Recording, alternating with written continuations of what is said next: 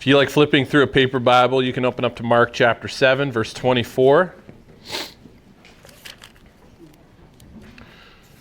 Thank you for leading us through that exam and prayer, Julia, this morning. When I was following you in that, I felt like in the moments of difficulty, what I felt like when you asked the question, where was Jesus in it? I looked back and I thought Jesus was right there saying, it's okay, you can do this and I'd like you to. And in the moments of joy and the good, when I thought about it, I felt like Jesus was right there saying, here you go, buddy, here's a nice treat. Like a father who gives his child like a nice treat to delight in kind of thing. That's what I felt. So thank you for that. I don't even know where Julie is, but thank you for that. We're going to read this text, and we're going to read it one time, and then we're going to talk a little bit about it, and then we're going to read it again through a different tone, and that'll be most of the morning. This is a pretty familiar story, but at first reading it's quite jarring, so I'm going to read this. After Jesus left there, he went to the region of Tyre.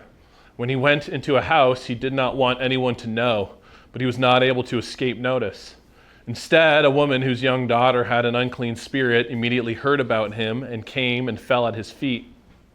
The woman was a Gentile of Syrophoenician origin. She asked him to cast a demon out of her daughter. He said to her, "Let the children be satisfied first, for it's not right to take the children's bread and throw it to the dogs." She answered, "Yes, Lord, but even the dogs under the table eat the children's crumbs." Then he said to her, "Because you said this, you may go. The demon's left your daughter." She went home and found the child lying on the bed and the demon gone. Last week, we had a chance to hear from Kristen, a guest speaker, who did a marvelous job exegeting that text that she did. It was really lovely to have her, and we're looking forward to having her back. She taught us about Jesus turning the whole religious order on its head. And you see this theme throughout the Gospel of Mark, constantly coming back to Jesus flipping the religious order of his day. And in that story, we see Jesus challenging a bunch of Pharisees around a shared meal, around purity laws and what their expectations were before they could eat. And what we saw her teach, which is what Jesus taught, is that purity is not a matter of what you put in your body, it's actually a matter of what comes out of you. That the things outside of you are less of a concern than what's actually within you. And while the Jewish law was meant to protect the Jewish people from every threat outside of them, Jesus, his whole thing is actually the threat is the enemy within.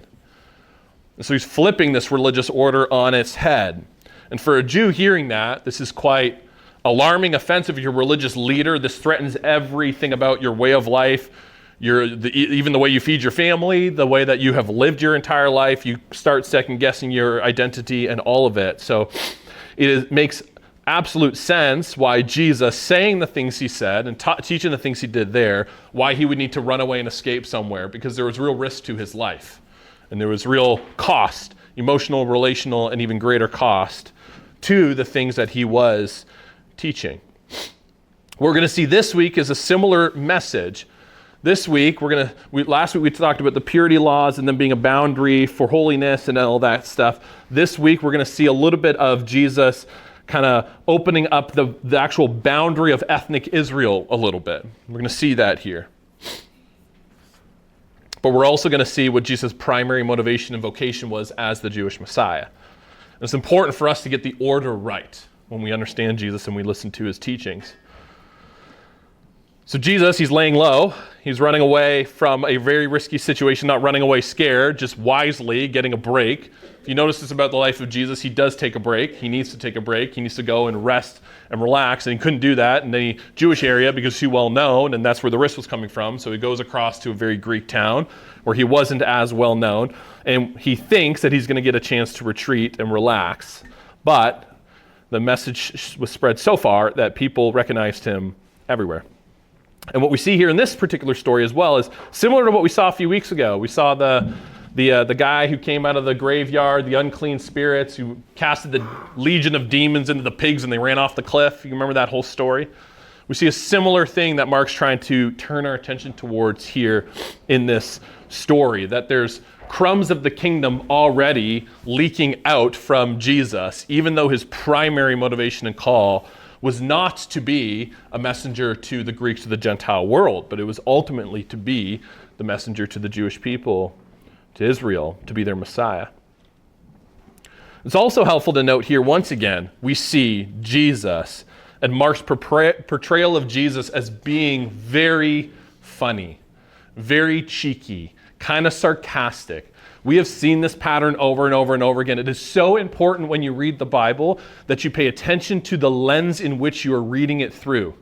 You can read the same words and get a totally different understanding of what's happening in a particular story based on your interpretive lens, based on the tone in which you're even reading the words through. And we see once again here, if you notice the pattern of Mark portraying Jesus as actually kind of being funny, kind of being cheeky, kind of like being a little bit playful. We've seen that. We've tried to note that over and over again because it comes up again here in this text, and it helps you understand what's going on here. Because at first reading, just reading it straight up like I read it, it doesn't make Jesus look that good. Makes him actually look quite mean. And it actually makes the Syrophoenician woman look very holy, very good, very compassionate. But it's important that we know that Mark is not trying to make Jesus look less compassionate than the Syrophoenician woman in the story. That's not what's going on. But the tone in which you read the story has an impact on how you read this particular story and what you get from this particular story. Mark, the author, wants us constantly be asking, who is this Jesus person?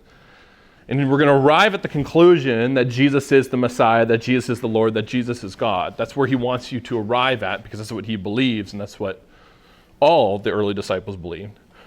But he also wants you to see it through Jesus' humanity.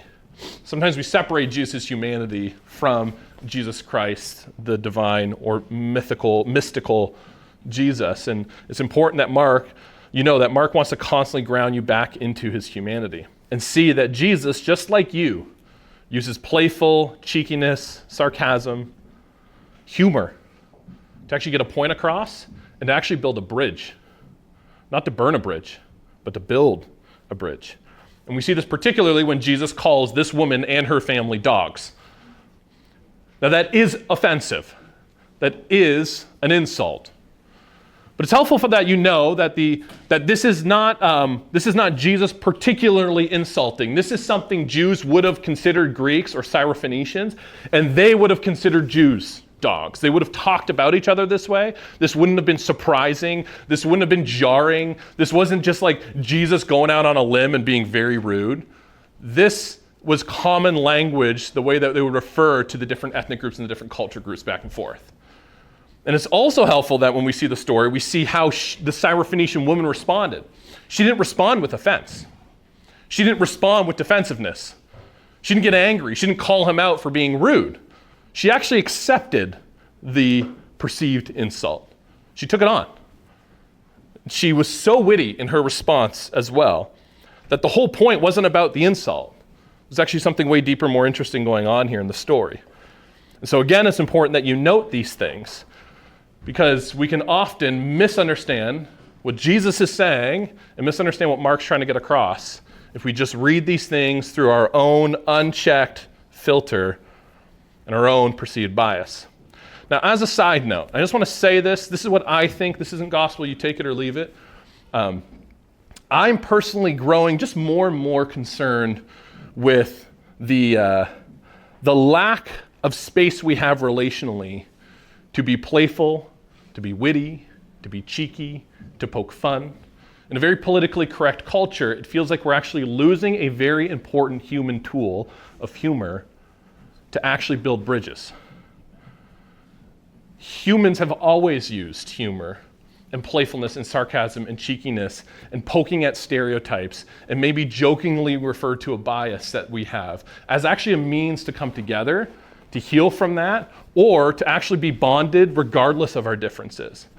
The more and more we lose the art of that in a culture, I think the more divided we get. We think that the division is the result of saying anything that could be perceived as insulting, but that's actually not true.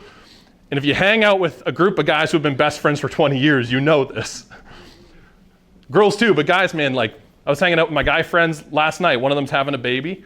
And like every other comment out of all of our mouths is making fun of him for how awkward and stiff and weird he is going to be as a dad. And it is actually our way to affirm him, to celebrate him, to be with him. He knows that. He gets that. But when you lose the art of that, you actually lose a very unique tool I think God has given us to build bridges and grow together. Now, of course, that can be used and abused in horrible ways, but we see here the model of Jesus is using these kind of rhetorical tools in this particular story. And it's not a reason or justification to be rude or mean, but it is also, the counterbalance of that is saying, maybe we also need to lighten up like the Syrophoenician woman did. This was not an attack on her character. This was not a great offense to her. And the end result was actually quite beautiful. This was a playful exchange between Jesus and another woman. And we're going to see Jesus' response to that. And it's not because Jesus gets put in his place. Some commentators have suggested that. That, to me, you're going out on a limb to suggest Jesus needed to be put in his place at all. And you totally misread Jesus through the whole Gospel of Mark if you think that's what's happening in this story here. And I want to say this more specifically. We were having a conversation with my friends yesterday, and I'm wrestling with it personally with some of the rhetoric I'm hearing, not just online, but also within our own communities and even the congregation about some of our neighbors to the south. Now, this one's safe for me to talk about. I can't talk about your culture, where you're from, but I can talk about the stereotypes and the biases of our friends to the south and how we talk about them. Because my family is American. My wife's American. My kids are Canadian and American. My in-laws are amazing, lovely people, born and raised in Ohio and Indiana, very American. They tend to lean right in their voting. And I'm growing more and more concerned about our Canadian, how do I say this? Rhetoric. We used to be able to joke about them, and they're good at joking about us. We used to be able to point out the flaws and the stereotypes, the Americanism, in a healthy way that actually bonded us and brought us closer. But the rhetoric seems to be shifting, and that goes both ways. Trust me, I'm talking to us because we're here, we're not there. But it goes both ways. But I promise you, I spent a lot of time down there. I spent a lot of time with people down there. I'm so happily and thankful that I'm Canadian, born and raised 10 minutes from here in Mississauga. But some of the rhetoric I'm hearing about our closest neighbors, of course you can blame them for it, but we have a responsibility in it too, is moving away from playful, cheeky, poke at things, the kind of sarcasm that actually bonds us and builds bridges, and is leading to a little bit more divisiveness, and fear, and anger. And I'm not sure that's a good thing. I can say as someone who has American kids, it doesn't feel great. I can say as someone who has American family members, it doesn't feel great. I don't think it's a good characterization of them. I don't think it's right. I think it's wrong. And I think we need to check our heart while we're telling everyone else to check their heart. It's not to excuse any leadership. We're not talking about politics here. We're not talking about crazy things that elected leaders say that are insane. We're not talking about that. I'm just talking about generally the people. I can say this. I don't know your culture. I can't talk from your culture, but I can say this about my family.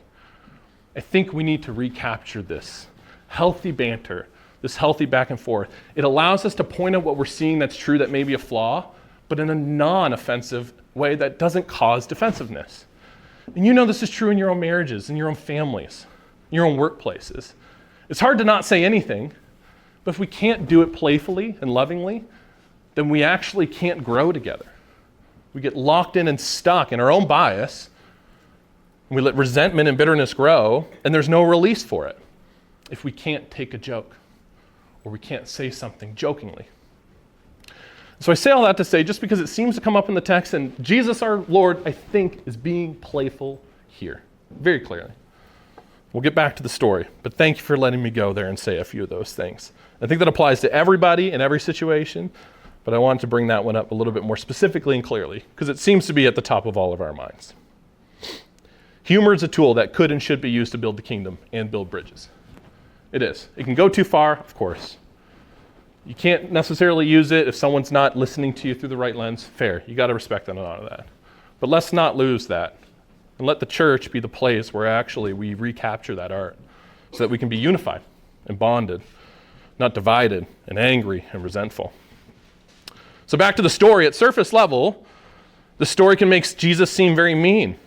It might appear that the Greek woman is correcting him. But that's not what Mark's point is here, the story. If Mark wanted us to get that from the story, he would have made it a lot clearer. What happens in this story is a light, playful exchange about cultural stereotypes that both parties understand. And Mark includes this for a specific purpose, I think, which is to show that Jesus is breaking down the traditional barriers between cultures and using humor to do so.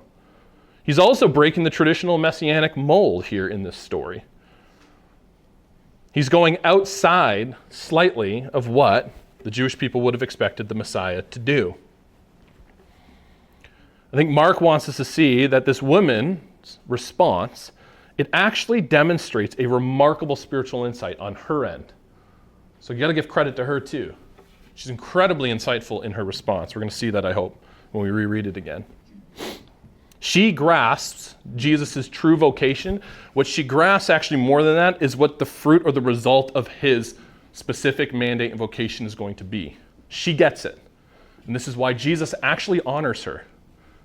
Because you said that, you have signaled to me that you do understand what I'm here to do, who I'm called to, and why, and also what the fruit of that will be. She gets it. And so what Jesus does here, he seems to offer her something ahead of time that he knows is supposed to be the result of his particular goal and journey in the present. Tom Wright, he says this very clearly. The point at issue, he says, rather, is that Jesus was conscious during his ministry that his personal vocation was not to spread the gospel to the Gentile world, but to tell the Jewish people themselves that their long-awaited deliverance was at hand, and indeed to bring it about by completing his vocation in Jerusalem. Now, it sounds shocking when you may hear it for the first time as Christians, but Jesus' primary mandate was not to spread the gospel to the whole world. That is the result and the fruit of his mandate. But Jesus' primary messianic mission was to be the fulfillment of Israel's Messiah, so that the result would be the rest of the world could know God. And so he's very particular in what he's supposed to be here to do. And it is not to go to the Greek towns and tell them about himself, the Jewish Messiah. It was to be the Jewish Messiah. He came to the Jews first. He came to the people of God. He came to the house of God. He came to the family of God. And so that's what he's saying here. He's saying, look, you Greek women, you should know that my job here isn't to offer you all food. You should know my job here is to feed the people of God what they need, which is this message of the kingdom coming, which is to be the fulfillment of the Israel's messianic expectation. That is my job. That's what I'm here for. I'm not here to feed everybody else. Some will do that after. That's not what I'm here for.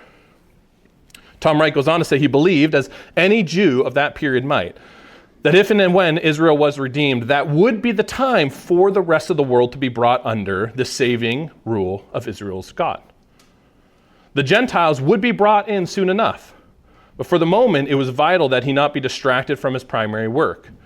He had come north out of the Jewish territory not to preach and heal, but to rest for a little while, because things were getting quite risky. Jesus' work wasn't primarily that of an itinerant medical missionary. That is not his primary goal. When you read the Gospels as though Jesus' primary calling was to just go heal everybody, then you're missing the whole story. Jesus would have just done that, but he was here for something way more specific that ultimately leads to way greater fruit. Tom goes on to say that, nevertheless, what Jesus did was seen by the disciples and written up by Mark as a sign that he had meant what he said about the cleanliness and uncleanliness. The old barriers, the old taboos, they're being swept away. The dogs under the table were already sharing the children's bread. And pretty soon, they would cease to be dogs and they'd become children alongside one another. The food for the kingdom that Jesus came to bring was first for Israel. We're talking 2,000-year-old first century Israel, the people of God that God had elected and chosen all through the Old Testament and fulfilled his covenant with. That's what we're talking about. We're not talking about modern state, whatever you think about that. We're talking about Israel, the first century. We're talking about them. And his job was to bring the food of the kingdom for Israel first, and second, through Israel to the rest of the world. Now, what she was asking here is simply, can I have an advance on the kingdom? She's saying, can I have an advance? I need this. My daughter's sick. would you be so gracious and merciful? I understand what you're here to do, but can I have an advance? Because my daughter's dying. My daughter's in trouble here. And Jesus so graciously in this story, he responds. So let me read this again for us. Now read it and understand that there's probably a smirk on Jesus' face, and there's probably a smirk on her face when they're doing this. If you've been reading the Gospel of Mark fairly and reasonably, you would know that that's probably what's going on here. So let's read this again with a little bit of a smirk and a different tone. After Jesus left there, he went to the region of Tyre. When he went into a house, he didn't want anyone to know, but he wasn't able to escape notice. Instead, a woman whose daughter had an unclean spirit immediately heard about him, and she came and she fell at his feet.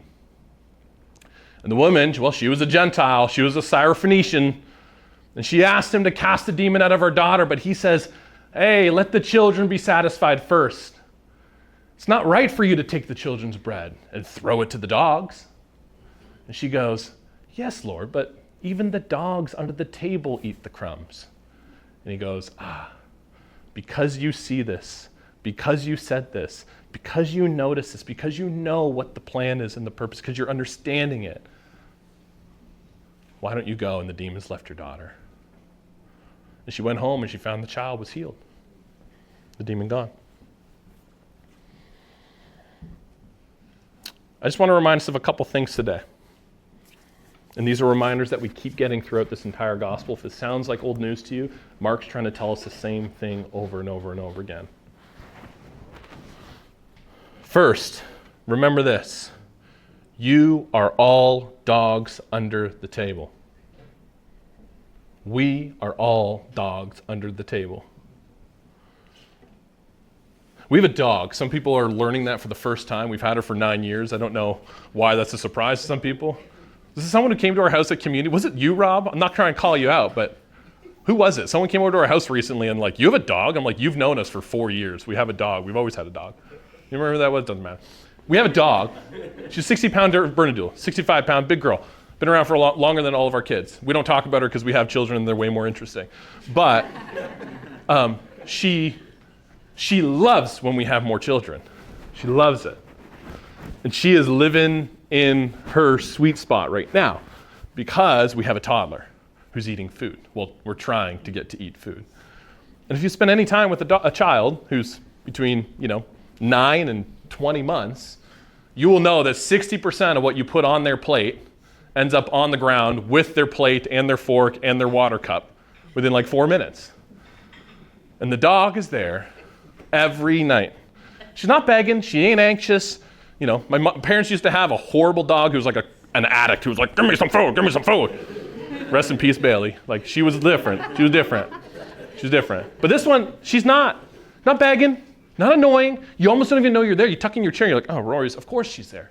But she's there ready, underneath the table, waiting for that bowl of chicken to be thrown on the ground and for me to fill it up again and put it on the table and for that to be thrown on the ground. She gets so many bonus meals when we have a toddler. She loves it. This is a great picture for me because this is the picture here. She's humble.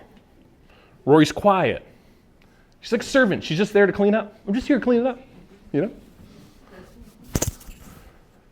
But she's waiting for her bonus meal. It's important for us to understand, our posture should be that of the dogs under the table. We are all beneficiaries of the messianic fulfillment through the people of Israel. The way God fulfilled his promise to them 2,000 years ago, we are all beneficiaries of that. We didn't do anything to earn it. It's not a kingdom we built or established. The grace and mercy extended to us is the result of Jesus fulfilling his primary call to the people of Israel 2,000 years ago. And so we should have a posture of a dog under a table. Humble, submissive, honoring, but also forthright. She knew what was hers. She knew what was coming. She wasn't arrogant. She wasn't defensive, but she was like, hey, spare me one. I know it's coming. Spare me one, please. So remember, we're all dogs under the table, but here's the more beautiful thing to remember. This is so nice. We're no longer dogs under the table. Thank God we're no longer dogs under the table. What Jesus had to do in this story, Jesus hadn't done what he was called to do yet. But because of this story, and what we know happens after the story, we are not dogs under a table just taking scraps. We are invited to sit at the table. We are fed the bread. We don't just get to eat the crumbs. Because Jesus did what he was supposed to do, and he focused on his calling and his mandate to do it, and he prioritized that, today, you and I do not have to sit under the table like Rory. We get to sit at the table, and we get to eat our full. Nobody is too far gone to sit at the table of Jesus. No culture group, no ethnic group, no person and decisions they've made in the past is too far gone. Nobody's banned from the table. At that time, hey, wait your turn. I got a job to do. But not anymore. That's the gospel. The gospel is because of what Jesus did, we all have a seat at the table. We all have equal access to God's love and his mercy, to his grace, to his forgiveness. We should have a humble spirit like the Syrophoenician, but we should also carry a confidence as children of the living God. It's like Rory getting up on a seat on the bench and sitting there waiting for her meal, you know? It's a good picture. But that's you and I. We used to have to sit under the table and wait, but not anymore. We get to sit at the table and we get to wait for Dad to put a plate in front of our face like it was meant to be put in front of our face. And that's for all of you. And the amazing thing is, this is just what we learn about Jesus. This is what he's teaching us over and over in the Gospel of Mark. This is for everybody. Everyone who just drove by this building this morning has a seat with their name on it at the table of God. They don't know it necessarily, but they do. They don't have to wait for scraps. They're invited, no matter what they've done, no matter how broken they are. And it's our responsibility to remind them of that, to share that with them. People aren't lesser than you and I.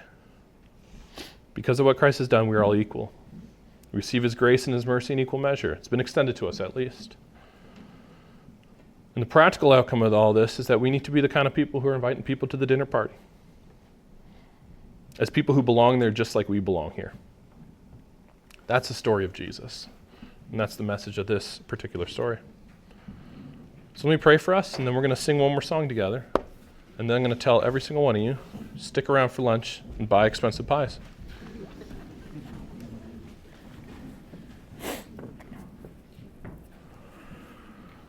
We hear this over and over again, Jesus, through your gospel here, Mark.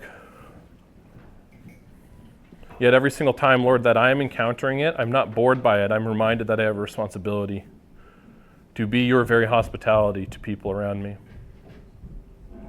I know I have limitations, God, and I can't do it all for everybody. But I also know, Lord, that by all of us together committing to live into our identity as people who have a seat at the table with their name on it, who can all identify at least one open seat with someone else's name on it that they haven't arrived yet. May you use us in the table that's being set constantly, that we eat at happily and joyfully and thankfully. May you use us to be the people who invite others to the dinner party. May we never grow bored of that. There are people in this room who are hearing that for the first time or who don't quite understand that. And many of us in this room have eaten our fill.